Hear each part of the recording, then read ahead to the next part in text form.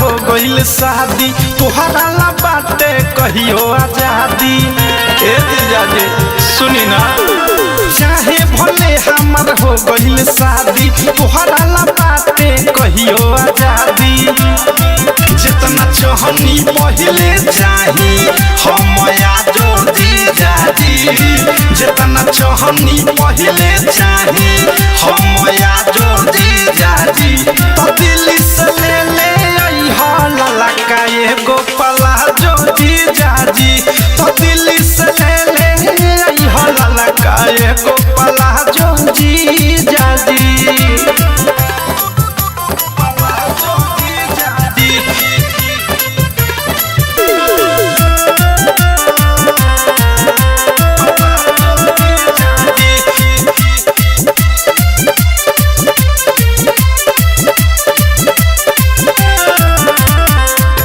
मन होई खुश जहिया अइबा तू घरवा, तोहरे दिहल पेन्हले रहेम सूट सलवारवा। हो मन होई खुश जहिया अइबा तू घरवा, तोहरे दिहल पेन्हले रहेम सूट सलवारवा।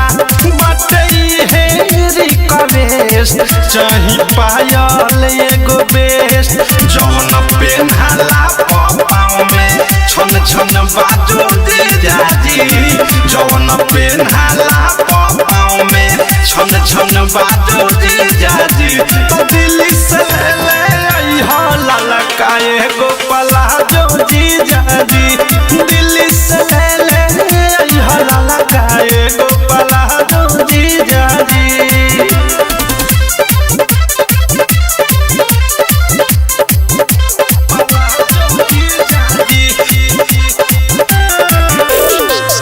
गिफ्ट दे दी मस्त ये तने कष्ट उठाली, दुइये बहिन बानी दुलरी साली।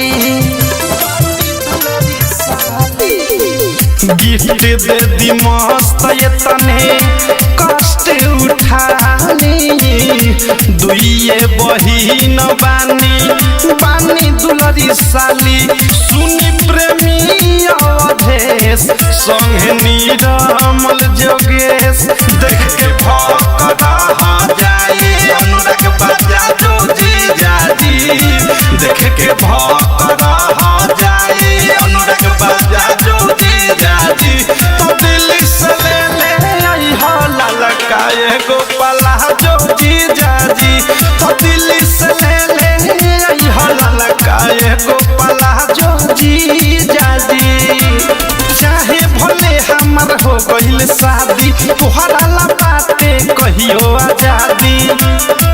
जितना चाहनी पहले चाही हम आजो जीजाजी, जितना चाहनी पहले चाही हम आजो जीजाजी।